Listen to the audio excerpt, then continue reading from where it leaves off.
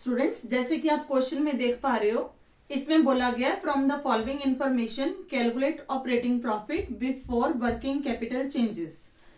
तो before working capital changes के लिए आपको फॉर्मेट जो है ऑलरेडी मैं दे चुकी हूं। अगर आप में से किसी बच्चे ने नहीं देखा तो जो फॉर्मेट की वीडियोस हैं उनमें देखिए, आपको बिल्कुल क्लियर हो जाएगा कि इसको कैसे करना है। तो आइए अब क्वेश्चन शुरू करते हैं। इसमें दिया हुआ है net profit before tax and extra ordinary item, ये ऑलरेडी कैलकुलेटेड है तो दोबारा से हमें कैलकुलेट करने की जरूरत ही नहीं है यहाँ पे। उसके बाद हम इसको क्वेश्चन को शुरू करेंगे। Particular amount net profit before tax and extra ordinary items, और अमाउंट गिवन है आपका 4,47,000। इसके अंदर हम ऐड करेंगे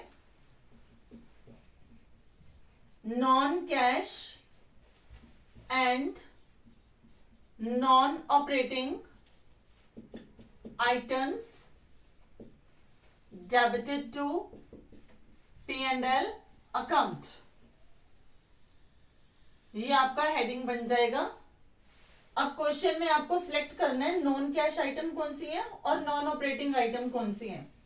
तो फर्स्ट आइटम इसमें दे रखी है डेप्रिसिएशन ऑन मशीनरी, इसकी वैल्यू आ रही है 84,000।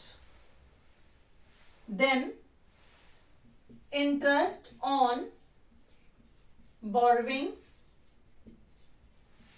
और इसका अमाउंट है 16,800। देन गुडविल अमोर्टाइज्ड, अमोर्टाइज्ड का मतलब होता है return of, 18,600। Then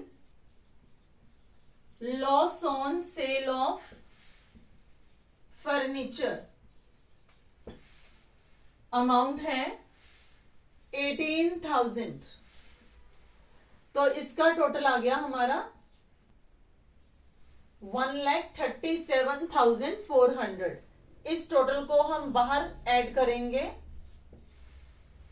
net profit before tax and extra ordinary item के अंदर, और हमारे पास यहां पे आ जाएगा 5,84,400। ये दोनों का टोटल है। इसमें से हम सब्ट्रैक्ट करेंगे non cash and non operating items credited to P&L account. यहां पे देखिए क्या था, डेबिटेड, यहां पे क्या है, क्रेडिटेड। तो इनको अब हम यहां पे क्या करेंगे, सब्ट्रैक्ट। ये कौन सी वैल्यूज हैं, एक तो आपको दे रखा है gain on sale of investment, और वैल्यू है 12,000। देन नेक्स्ट आइटम है आपके यहां पे interest and dividend received on investment, और वैल्यू दे रखी है 27,600। टोटल हो गया आपका 39,600।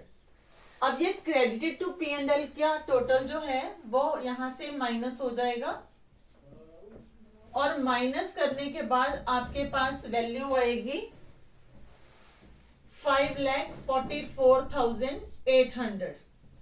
ये जो वैल्यू है ये आपका आ गया operating profits before adjustment of working capital. तो ये आपका क्वेश्चन कंप्लीट हो गया। स्टूडेंट, इस क्वेश्चन के अंदर हमें बैलेंस शीट दी हुई है from the following balance sheet of KBC limited as at 31st March 2023.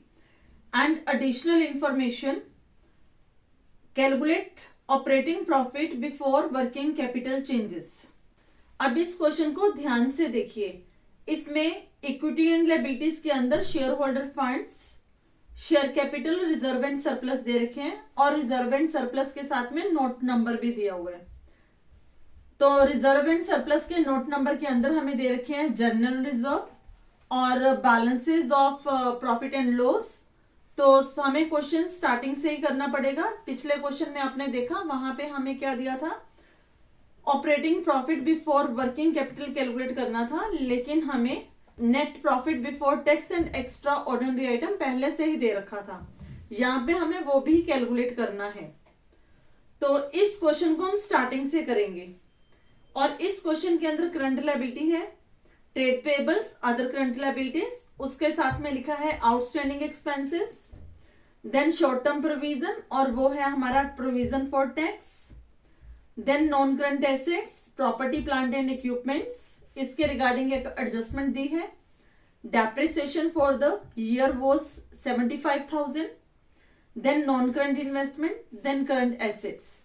तो ये सम शुरू से लेके operating profit before working capital changes तक सारा का सारा आपको कैलकुलेट करके दिखाना है।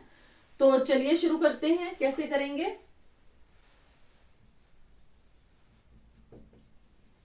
पर्टिकुलर्स, इसमें हम करेंगे surplus 2023 and amount is given 1,70,000 less surplus 2022 1 lakh, हमारे पास आ गया 70,000। ये है profits after tax and extra ordinary items. इसमें हम ऐड करेंगे एप्रोप्रिएशंस। एप्रोप्रिएशन के अंदर हमें क्या दे रखा है, जनरल रिजर्व, ये है 1 लाख का। इसके अलावा हमारे पास दिया है प्रोविजन फॉर टैक्स।